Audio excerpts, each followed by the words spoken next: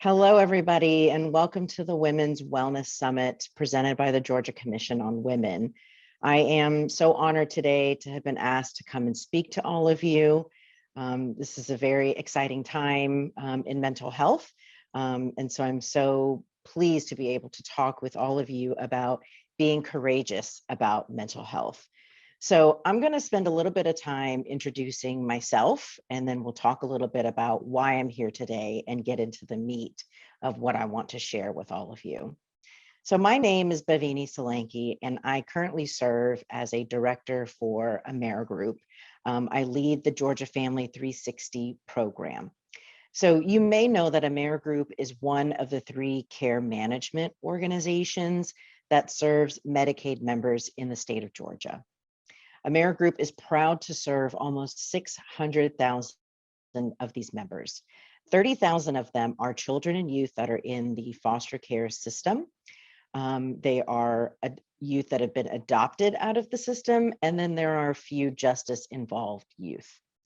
My team acts as a personal concierge service for families and members to help navigate them through what we know is a very complicated system of care. I am a licensed professional counselor. My background has been working with men and women in domestic violence and sexual assault situations. Prior to my role at Amerigroup, I worked as a therapist in the community, working directly with these kids in Georgia who are in care. I worked as a therapist doing assessments, therapy, supervised visits with families, all of the things that involve child welfare. On a personal note, I am a proud mom of twin boys who are almost 11. And as you can imagine, they keep me very active. I also like to read and enjoy the outdoors. What I want you to know about me is, as a first generation Indian American, I had to work through a lot of my own mental health issues over the years. Assimilation into American culture at the age of 7 was a huge culture shock for me. I came to a small town at that time, small town Katy, Texas, a suburb of Houston, from Zambia, a country in Africa. And in addition to working through cultural ignorance, I really tried hard to fit in. I wanted to be like everybody else. As you can imagine, or may already know, in the Asian culture, high performance at school is basically a requirement. Anything less than is not acceptable.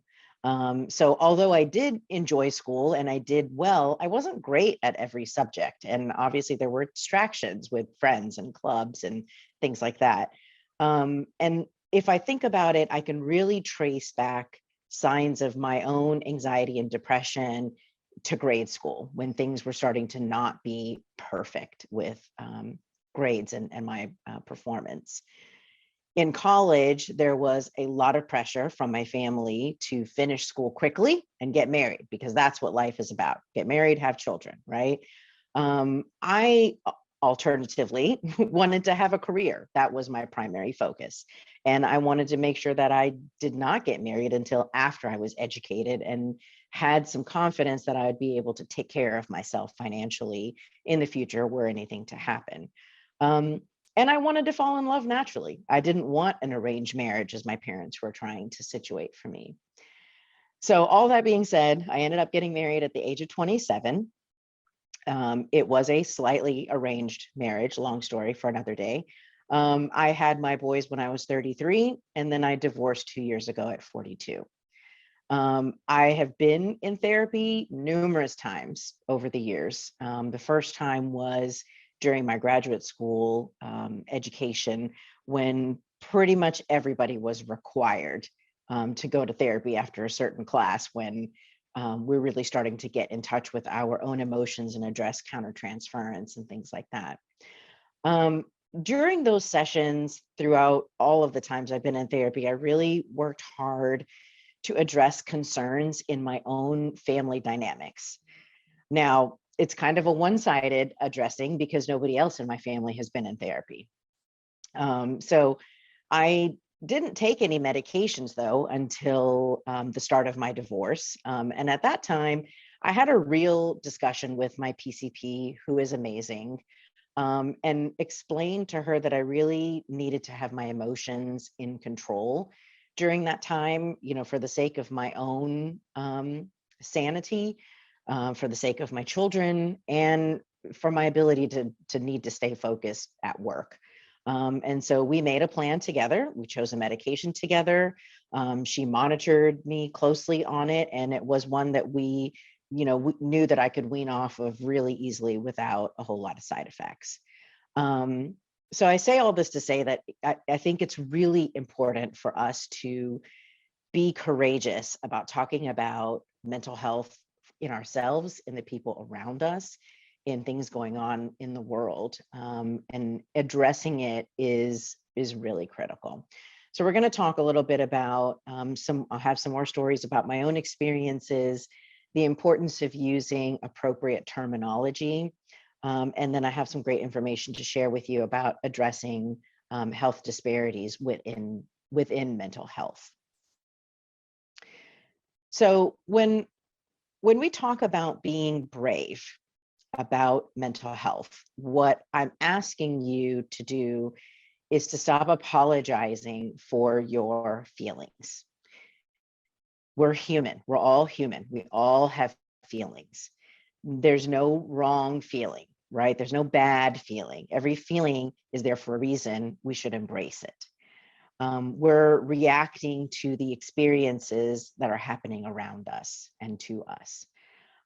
What I am asking you to do is to start focusing on your thoughts and how they may be contributing to negative reactions to your feelings.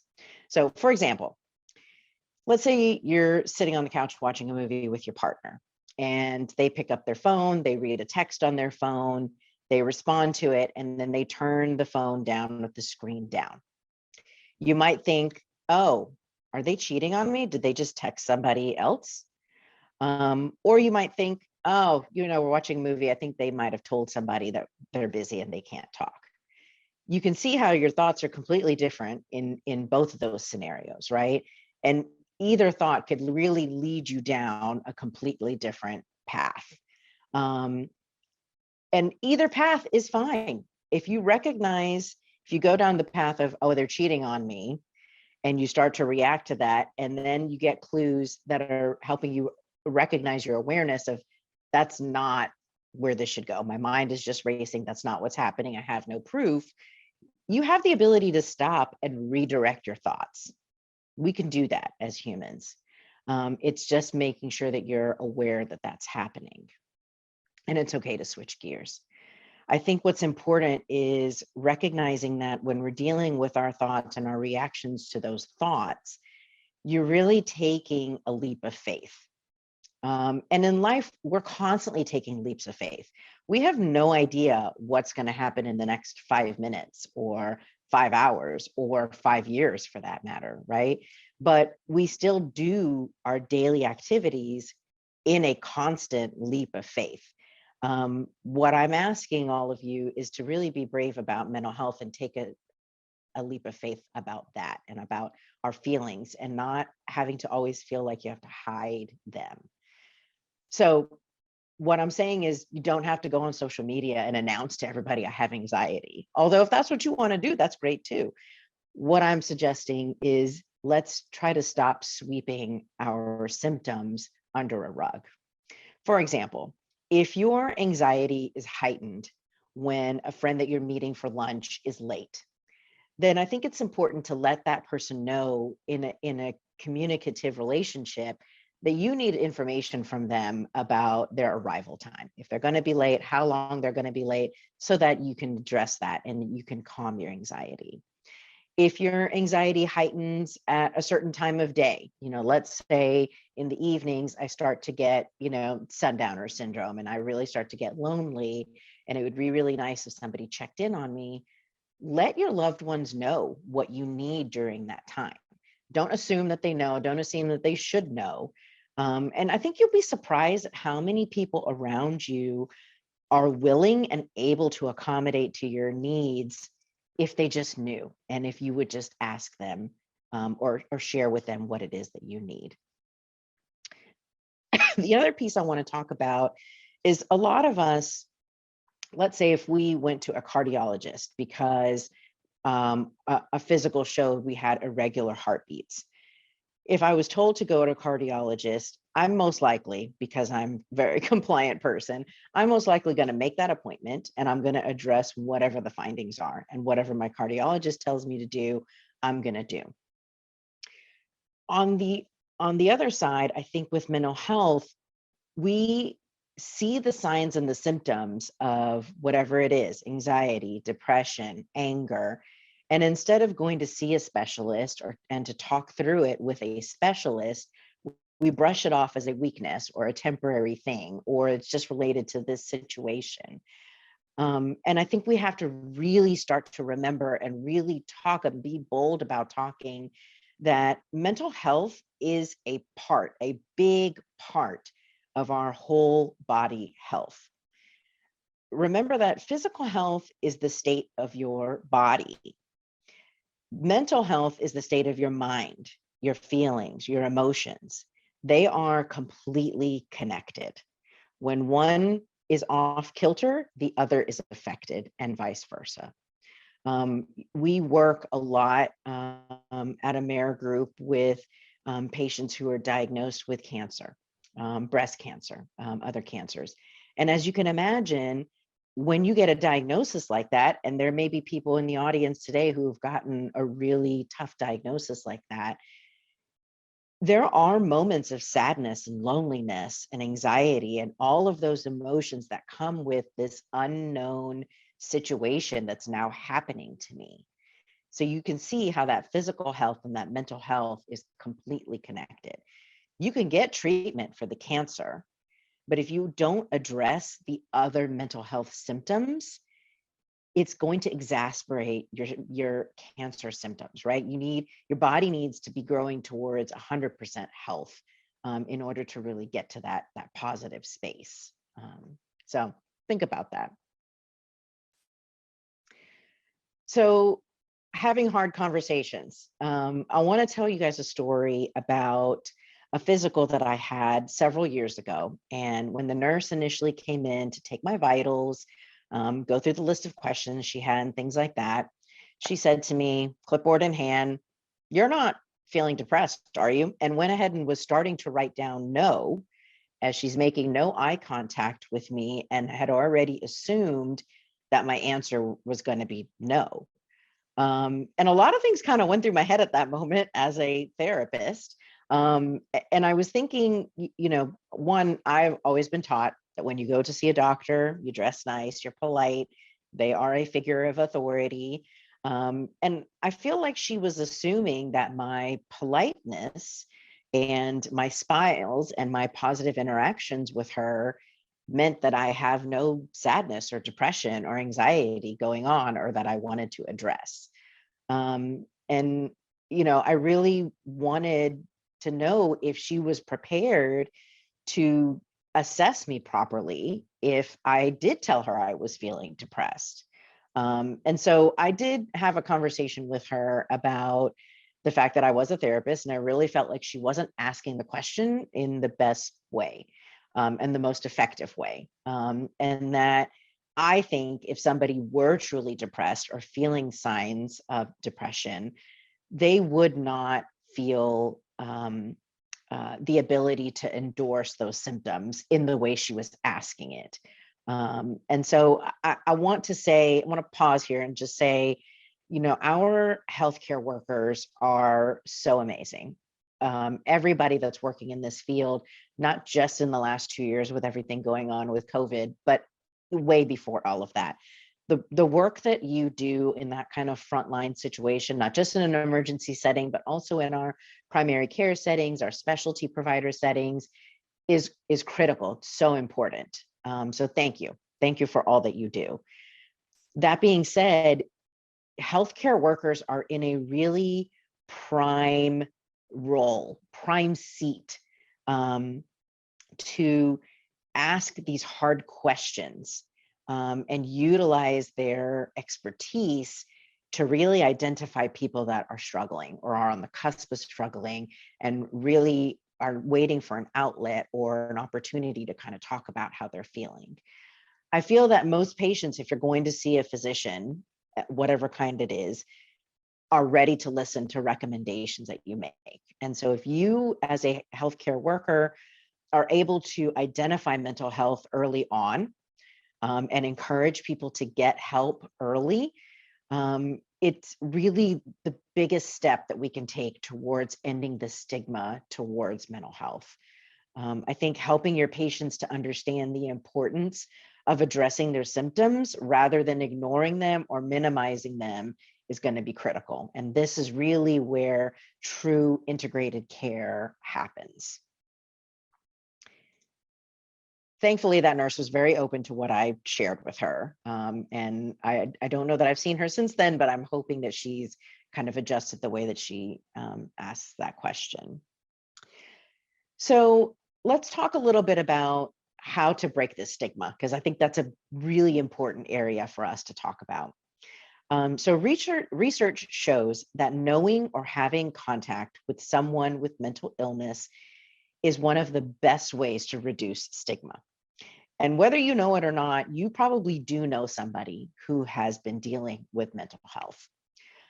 Individuals speaking out and sharing their stories can have a really positive impact.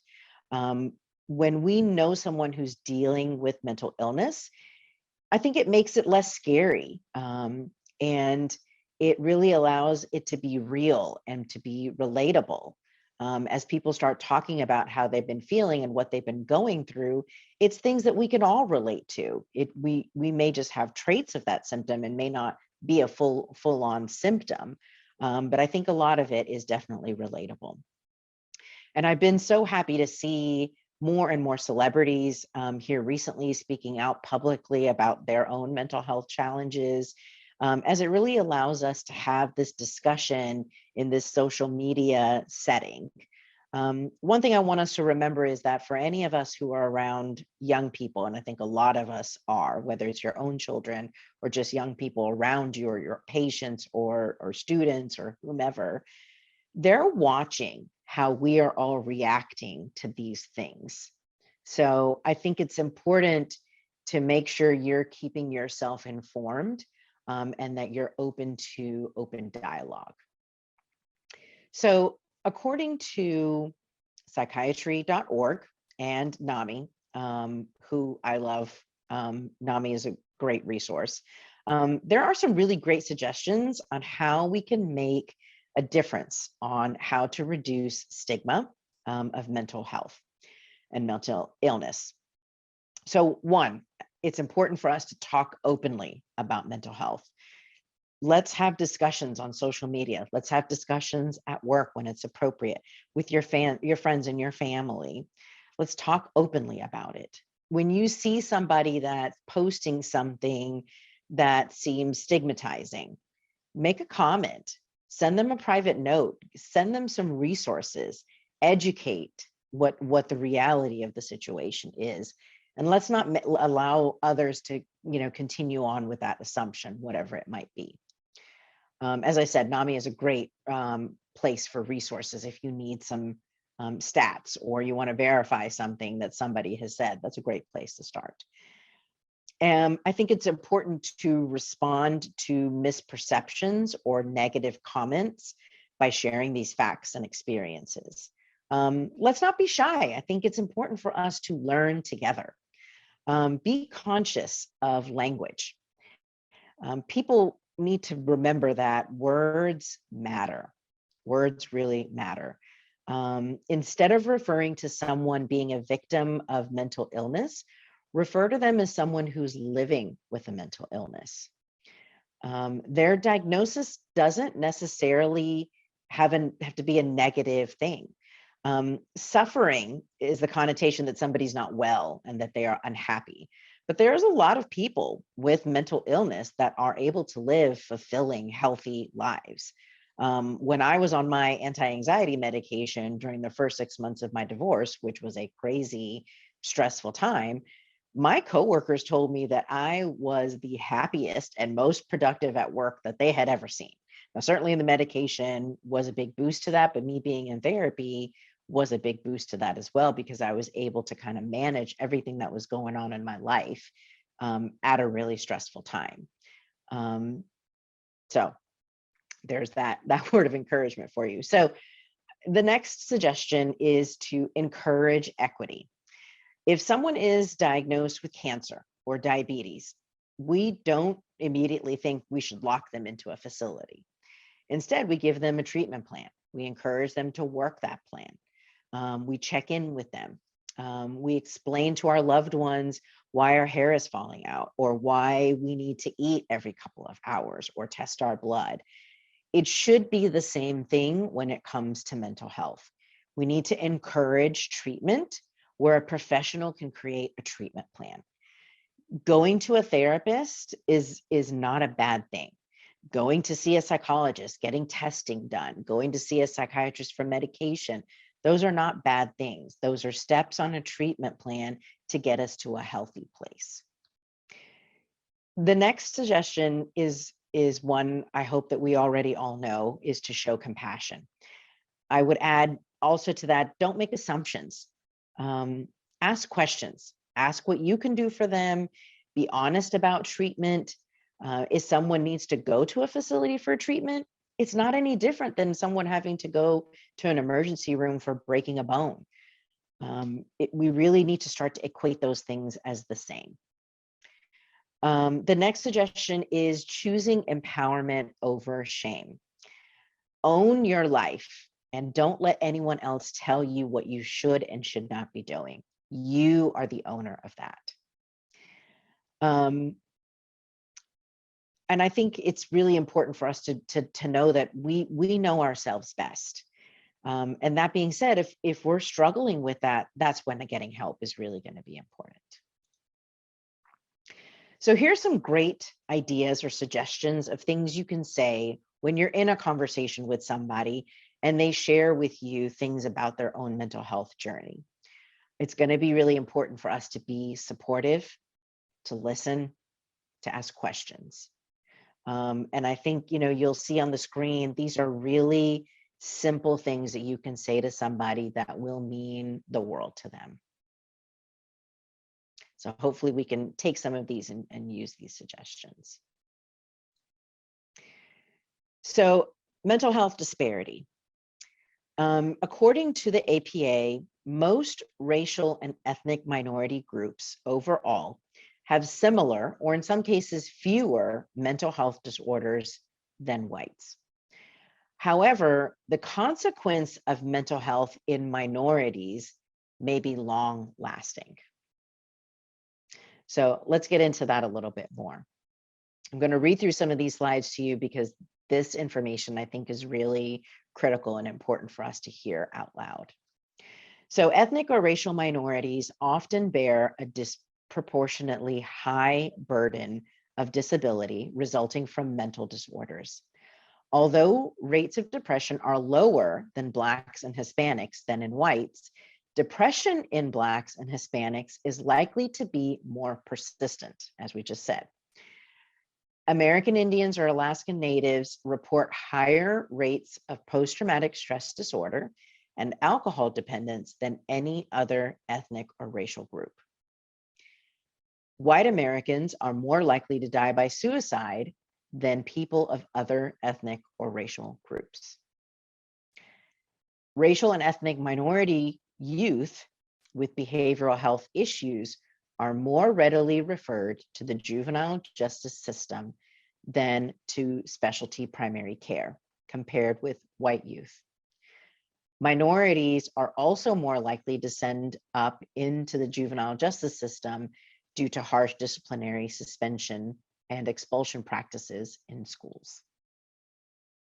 I think these are all things that we have to really keep in mind when talking with our loved ones and people that are around us and misperceptions that are out there. Finally, there's a lot of differences in the types of services, outpatient, prescription medication, inpatient services, that are used more frequently by people of different ethnic or racial groups. Studies show that adults identifying as two or more races, whites and American Indian Alaskan Natives, were more likely to receive outpatient mental health services and more likely to use prescription psychiatric medication than other racial ethnic groups. Inpatient mental health services were used more frequently by Black adults and those reporting two or more races. Asians are less likely to use mental health services than any other racial or ethnic group. Then the final thing I want to leave you with is really thinking about what the barriers are to care that are affecting access to treatment by members of diverse ethnic or racial cultures. Lack of insurance, underinsurance, mental illness stigma, and often that stigma is greater among the minority populations, as we've talked about. Lack of diversity among mental health care providers. Lack of culturally competent providers. Language barriers. Distrust in the healthcare system. And then inadequate support for mental health service in the safety net settings. So I know we talked about a lot of things in this time that we've had together today. What I want to leave you with is ask the hard questions.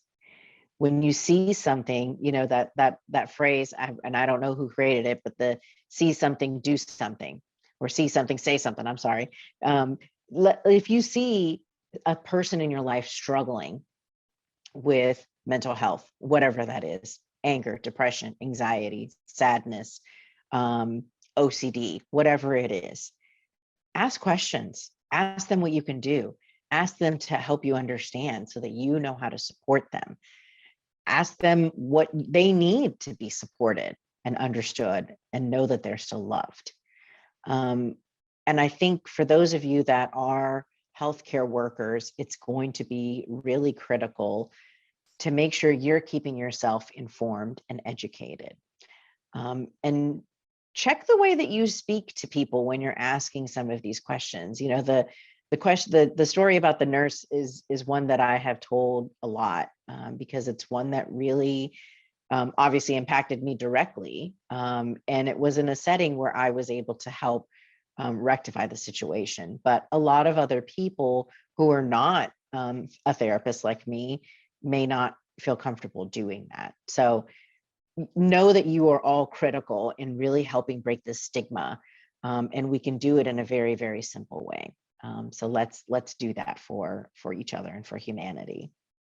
So in closing, I want to say that there's no doubt in my mind that these last 2 years, 2.5 years with COVID has affected everybody's mental health around the world. There's not a single living being who hasn't been affected by this. And I don't know that there's anything in our human history that can say the same thing.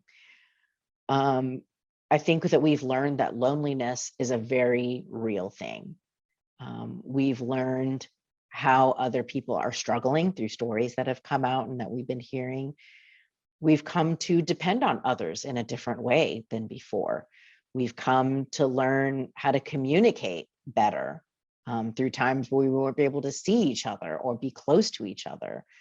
And I think that we're learning how to share our love better.